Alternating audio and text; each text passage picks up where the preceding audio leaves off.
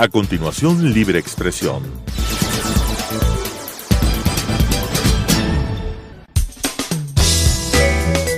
Clasificación B, bajo supervisión de un adulto.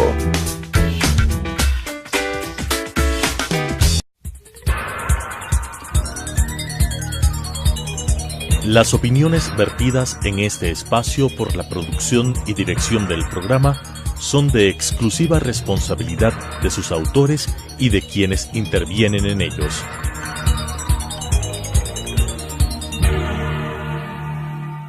Telesucesos Canal 29 UHF presenta Libre Expresión. Un espacio para defender los derechos humanos, impulsar la democracia y escuchar a la sociedad, con la conducción de César Ricaurte. Libre Expresión. Hola amigos, bienvenidos a Libre Expresión, gracias por acompañarnos en este programa.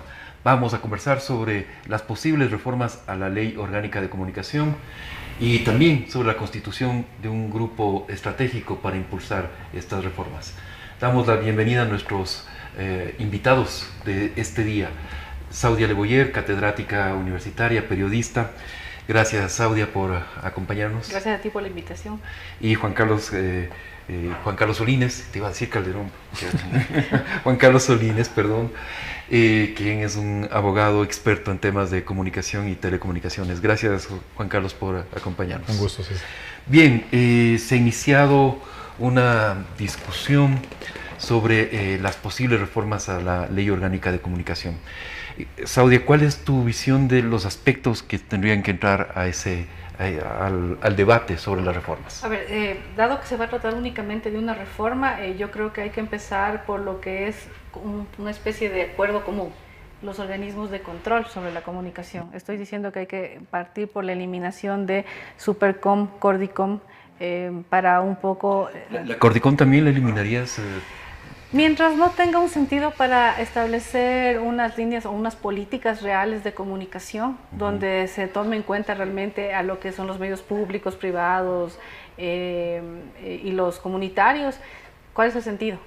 Entonces porque el único sistema de comunicación que hemos tenido integral y funcionando de alguna manera es el que se empleó o que se aplicó en los últimos 10 años, ¿no? En el gobierno de Rafael Correa. Entonces, mientras yo creo que no logremos un consenso, ¿cómo vamos a ir hablando de políticas?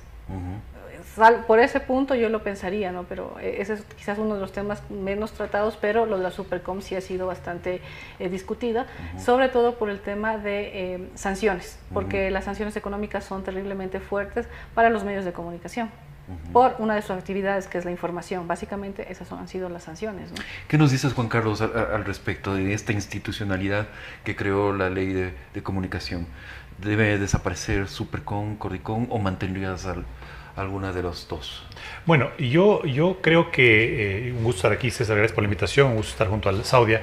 Yo creo que el espíritu que impulsó la aprobación de esta ley no fue el que se nos anunció al pueblo ecuatoriano. Es decir, se nos dijo que se quería reivindicar los derechos de los ciudadanos a acceder a la información veraz, contextualizada, que queríamos tener herramientas para que nosotros, los ciudadanos y los consumidores de la información, tengamos una herramienta para hacer respetar nuestros derechos, pero la agenda era otra, y esto se probó en estos 4 años de vigencia de la ley.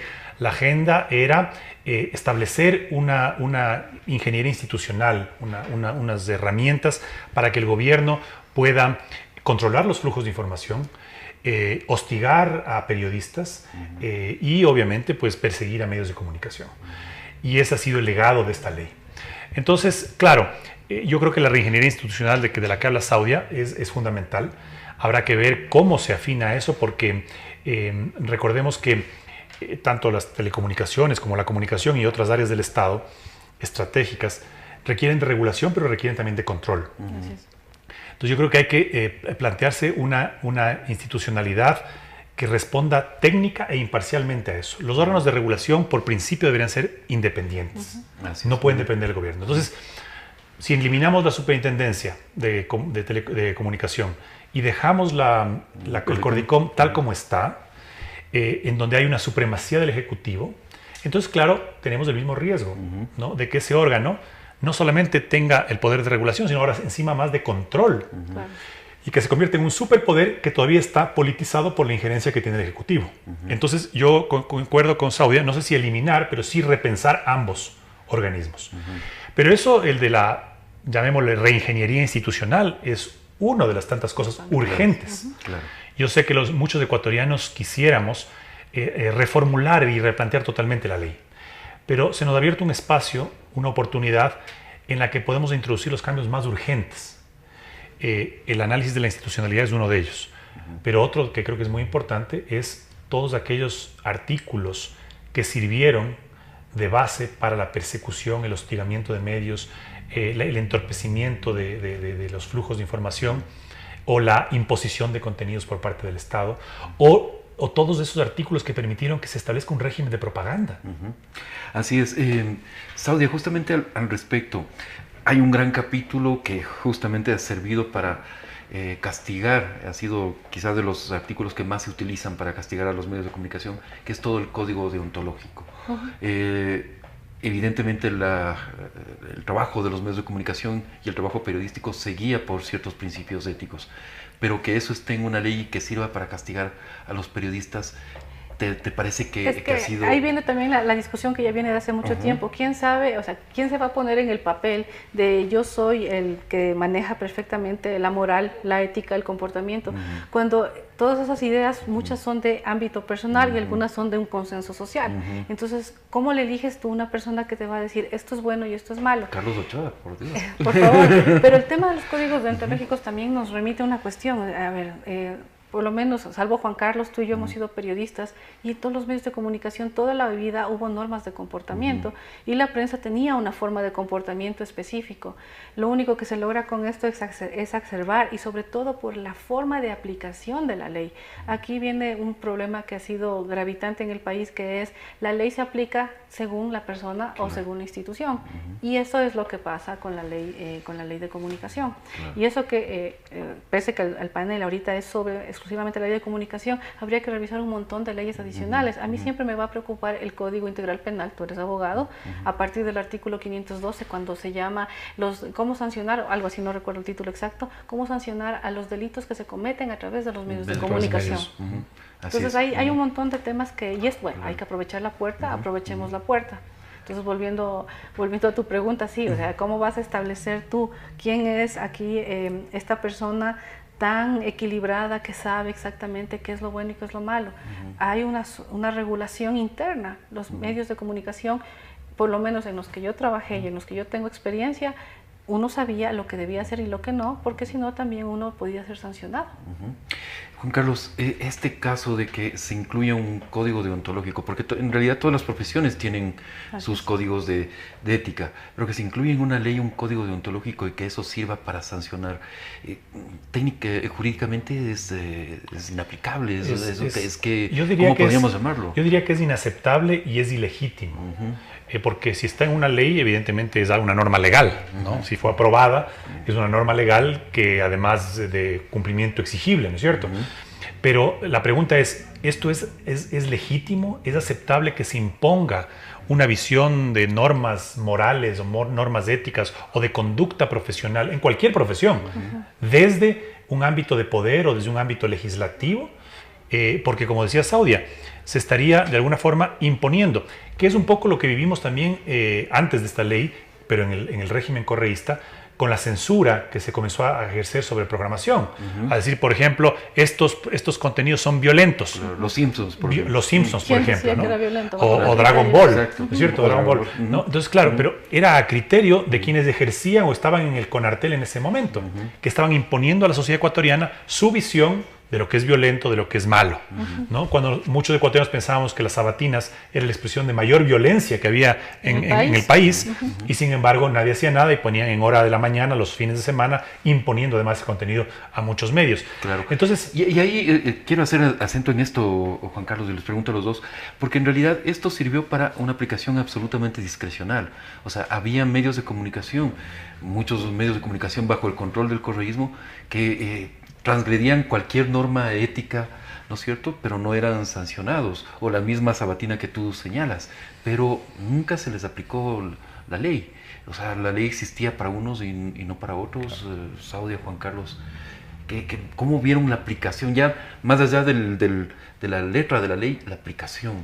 Yo siempre tiendo a pensar que sería muy interesante, porque se ha dicho mucho, ¿no? A ciertos medios se veía, a otros no. Sería muy interesante hablar con la gente que trabajó en algún momento en la Supercom, para que digan cuáles eran las disposiciones que tenían. Yo menciono esto porque en un trabajo de investigación que estoy haciendo para la academia, yo he llegado a hablar con gente que trabajó en Supercom y me decía, lo que pasa es que había listado.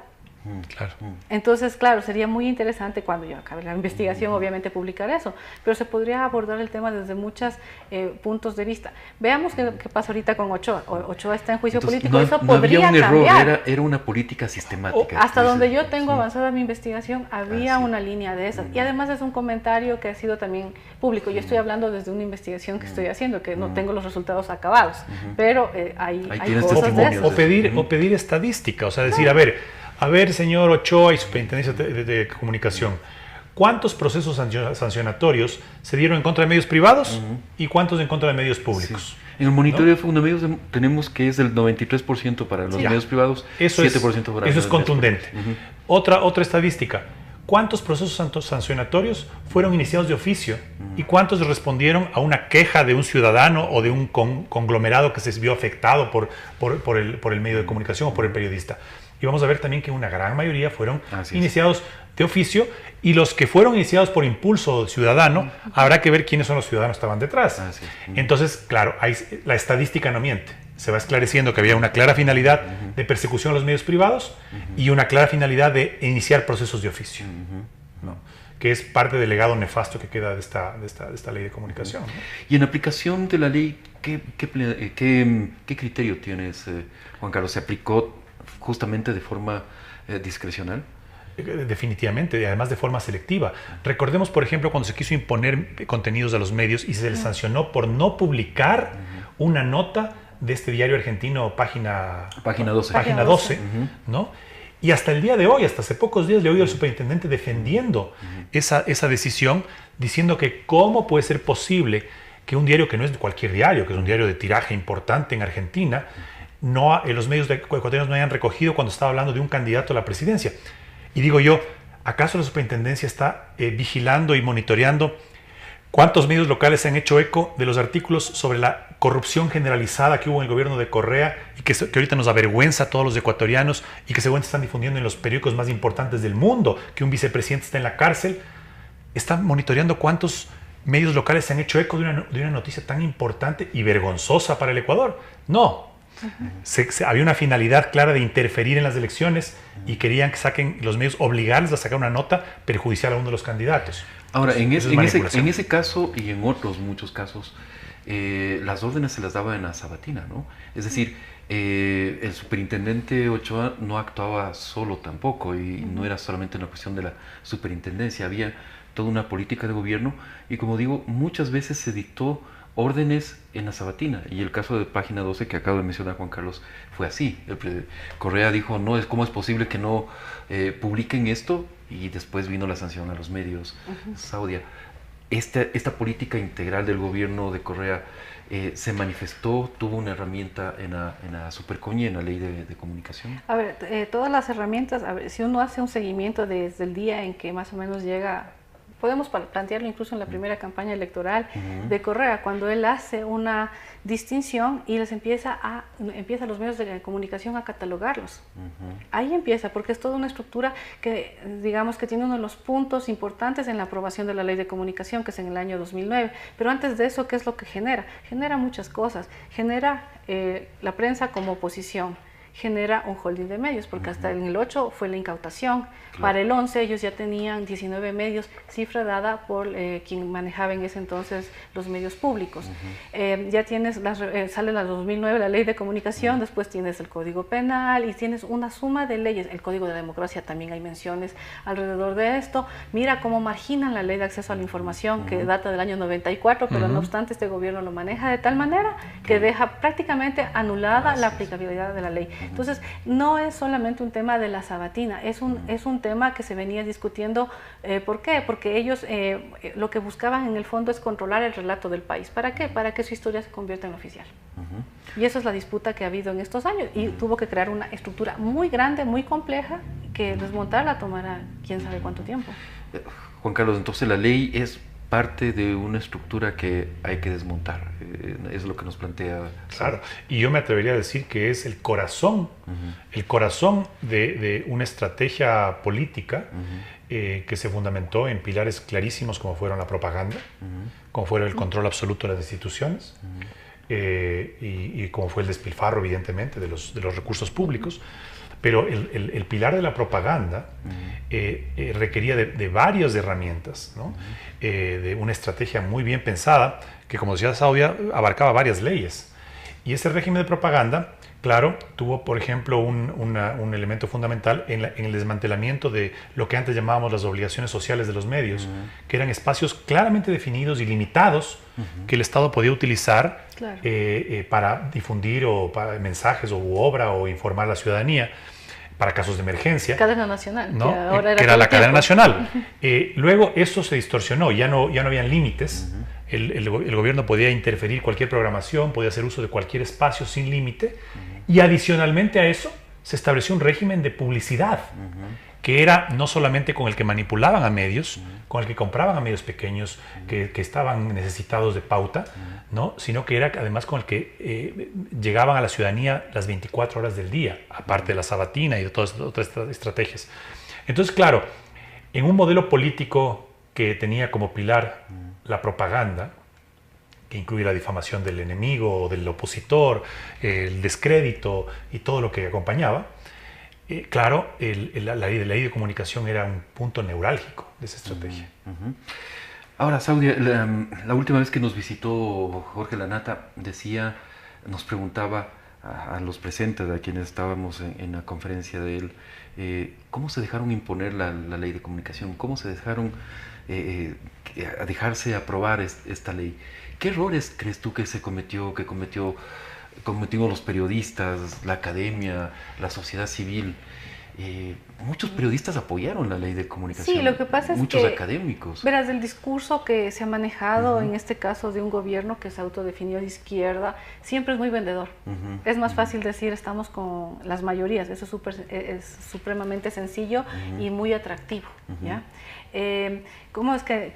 Mira, tanto es la prueba de que los medios no actuaban políticamente que no supieron cómo reaccionar ante una arremetida política. Ese es mi criterio así fundamental sobre el papel de los medios de comunicación. Yo con eso no estoy diciendo que los medios sean santos, ni mucho menos. Lo que estoy diciendo es tratando de describir una realidad. Se actuó con mucha ingenuidad. Yo creo que sí. O sea, a ver, la gente podrá decir lo que pasa es que por primera vez les pusieron en el sitio. Yo creo que se trata de un proceso un poquito más complejo de eso. O sea, si bien estaba en una época en que los periodistas tenían mucha experiencia viendo cómo caían gobiernos, participando y por último, de alguna manera, si se quiere, estando junto a las decisiones que se toman, es por un principio básico de la prensa, que es ¿cuál? Mantener los sistemas democráticos. Pero todo eso ha sido mal interpretado. El tema es el discurso que se quiso imponer para poder justificar todo lo que estaba sucediendo. Entonces sí, la prensa se equivocó mucho.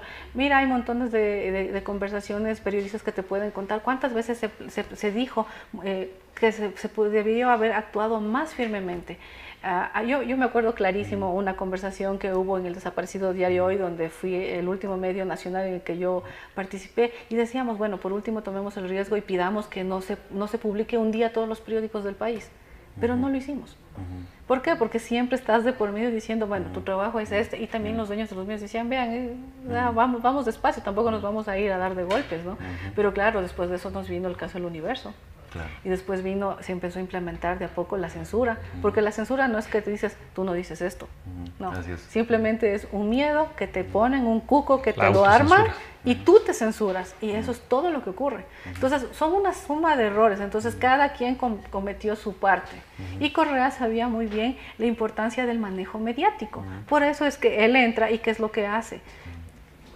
Lo que decía hace un momento yo, cataloga la prensa, etcétera, se apropia de... O sea, los buenos y los malos. Y sobre todo, fuera de la parte legal que yo decía hace un rato, también es que se apropia de espacios de comunicación. Tan importante es la comunicación que se apodera de medios y genera que no me acuerdo si es que está como el primero o el segundo monopolio de medios, que constitucionalmente está prohibido, pero que los medios públicos, ¿qué son? Es una de las agrupaciones más importantes mediáticas que tenemos en el país. Llegaron a tener 45 yo no me acuerdo eso, pero es una suma suma de Sí, muchos impresionante. elementos. Juan Carlos. Yo pienso que se dio una batalla muy encarnizada, diría yo, y de hecho vemos que la ley de comunicación fue la ley que más tiempo le tomó aprobar al gobierno. Claro.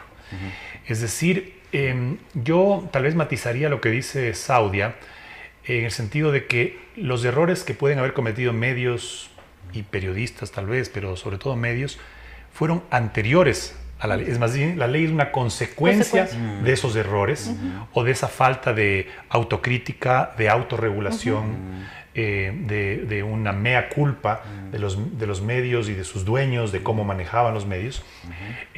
Porque tampoco, como dicen, el toro no tiene que olvidarse cuando era ternero, ¿no? O sea, los medios no es que eran un ejemplo, no eran santos, no eran un ejemplo. Los dueños de medios sí sentían que tenían un poder fáctico. De hecho, los liderazgos políticos que se erigían o se caían en el país eran determinados por los medios de comunicación. Los dueños de los medios de comunicación eran los que decidían quién podía o tenía aptitudes para hacer tal o ejercer tal o cual función o ser presidente de la República. Entonces, claro, esos errores derivaron en que Correa haya interpretado una insatisfacción y haya vendido, con esa habilidad que decía Saudia, haya vendido y además con muchos caramelitos, que era una estrategia típica del gobierno, ¿no? Poner unos ganchitos, unos señuelos para que la gente apoye un proyecto que era altamente polémico y que se advirtió además, César, porque la lucha de esos 4 años de aprobación de la ley fue advirtiendo lo que iba a ser el Cordicom, lo que iba a ser como medio de hostigamiento para medios. O sea, no es que es novedad lo que sucedió, se advirtió y sin embargo la ley prosperó. Entonces yo creo que sí se dio batalla. De hecho, yo mismo inicié mi vida como activista y que luego me condujo a la arena política por este motivo. Yo antes era un técnico que me desempeñaba en temas más bien de telecomunicaciones y tecnología, pero el tema de la ley de comunicación me impulsó a mí a incurrir en la área. Entonces yo sí creo que hubo participación y hubo debate, mucho debate. Pero claro, al final se impuso una maquinaria que nos llevó a lo que hemos vivido. Claro.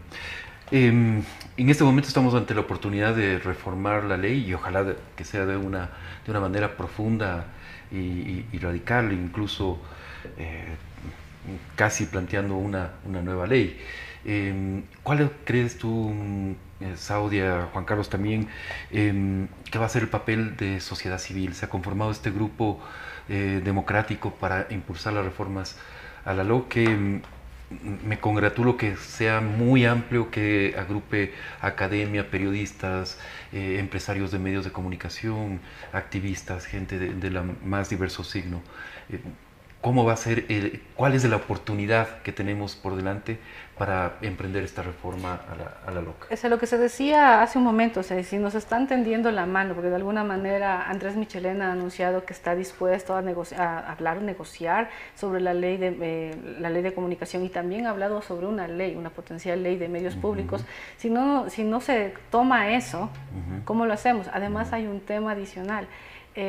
Este grupo de personas que es bastante amplio, es bueno que sea así de amplio. ¿Por qué? Porque la ley de comunicación siempre fue debatida durante los 4 años y durante su aplicación en estos últimos años. ¿Qué es lo que ha sido? Simplemente se la ha estado encajonando como que era una ley exclusiva de periodistas. Claro. Y es un tema que concierne a toda la sociedad. Por eso es que me parece supremamente importante que ahora el grupo sea bastante amplio, diverso, con representación distinta.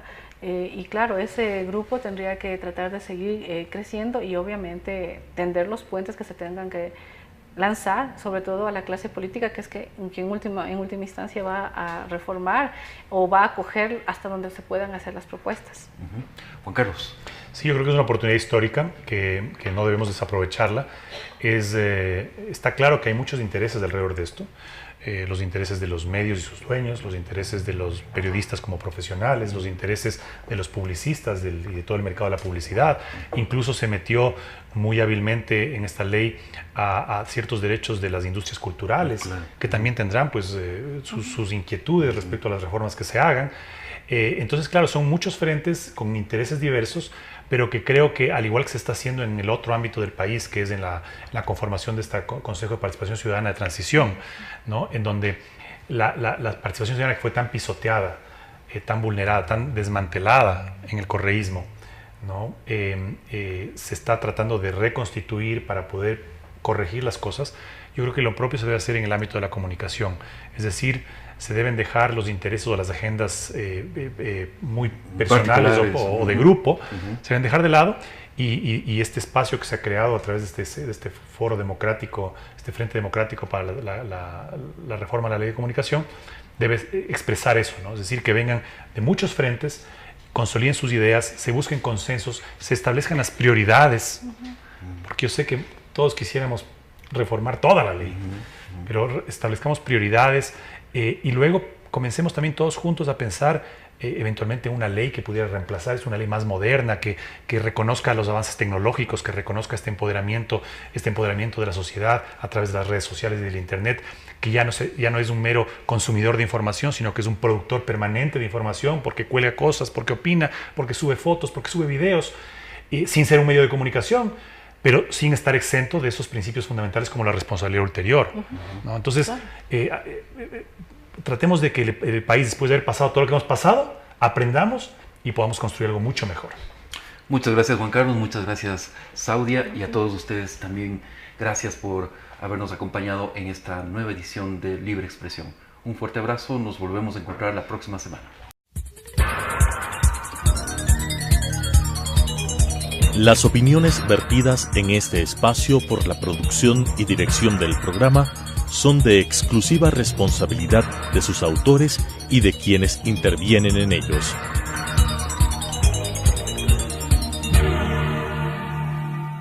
Telesucesos Canal 29 UHF presentó Libre Expresión.